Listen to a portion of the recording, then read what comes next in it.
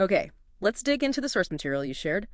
We're looking at the 2025 go-to-market landscape, and it seems like we're talking about some pretty fundamental shifts here. Oh, absolutely. When you really boil down the data, there are these three really interconnected forces shaping everything next year. Three forces. Okay. Yeah. First, the sheer speed of AI acceleration. It's relentless. Second, buyers demanding way more personalization.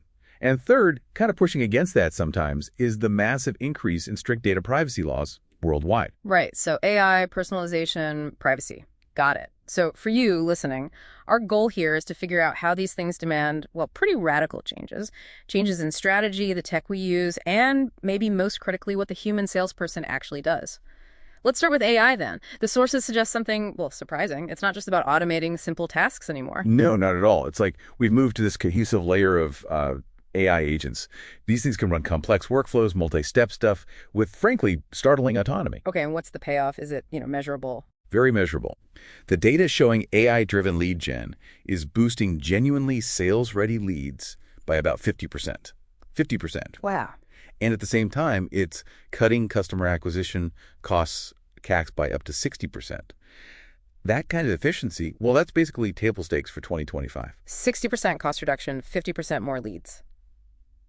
Okay, so if the AI is handling that much, what's left for the salesperson? What's their high-value play now? It's a huge mental shift. The sources say salespeople move away from the grunt work, the endless research, the data entry, Yeah.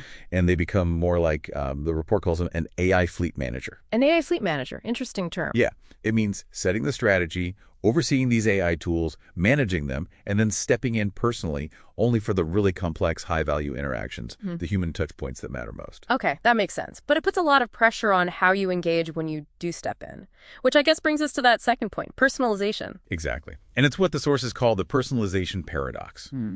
Buyers want hyper-personalization, like really deep understanding. About 71% expect it. 71%, that's huge. It is. But at the same time, they're getting really tired of being constantly retargeted. Yeah. That retargeting fatigue is real. And we actually have a data point on the cost of that fatigue, right? We do. Yeah. The effectiveness of just basic product recommendations, Yeah. Based only on what someone bought before, that's dropped by 24%. 24% drop. So that slightly creepy feeling people get, it's actually hurting the bottom line. Precisely. It Yeah. feels intrusive. So the strategy has to shift. Yeah. It needs to be about genuine, value-driven engagement, and crucially, it has to be built on first-party data. First-party data, the stuff the customer gives you willingly. Right, because that third-party data, the stuff that feels intrusive, it's not just less effective now, it's also getting heavily regulated. And there's the tension with the privacy laws you mentioned. AI needs tons of data to learn right. But these new laws, like in the US states, they mandate data minimization. Exactly. Collect only what you absolutely need. So being a trustworthy steward of data isn't just compliance anymore. It's actually becoming a competitive advantage. Trust is key. Which brings us to the tech stack. Managing this data flow, the risk. It's critical. What are the sources saying about tech choices?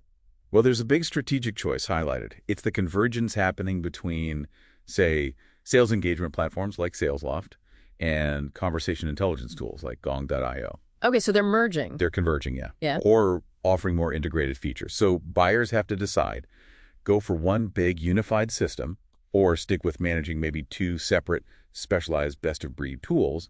There are pros and cons either way. Makes sense. But even with all this tech handling data and sequences, the human element, it's still vital, especially for things like handling objections. Oh, absolutely. Particularly price objections. That's where the human edge, augmented by tech insights, really shines. So how do you tackle price in this efficiency-first world without just giving discounts? Yeah, good question.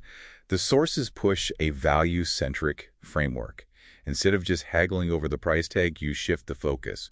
You need to quantify the cost of inaction. The cost of inaction. Explain that. You basically ask the prospect, okay, if you don't solve this problem, what's the actual financial hit to your business 6 months down the line? Right. You reframe the purchase not as a cost, but as an investment to avoid a bigger loss or achieve a bigger gain.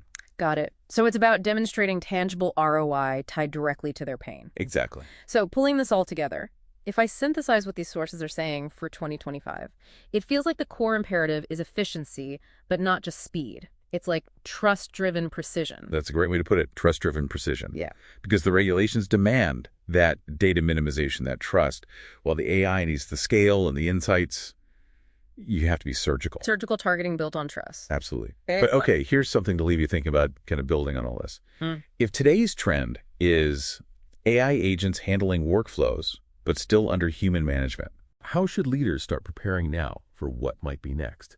Imagine fully autonomous AI agents capable of managing entire sales territories. What does that mean for the human role then? Maybe it shifts entirely to high-level strategy, oversight, and just managing the exceptions. Something to chew on.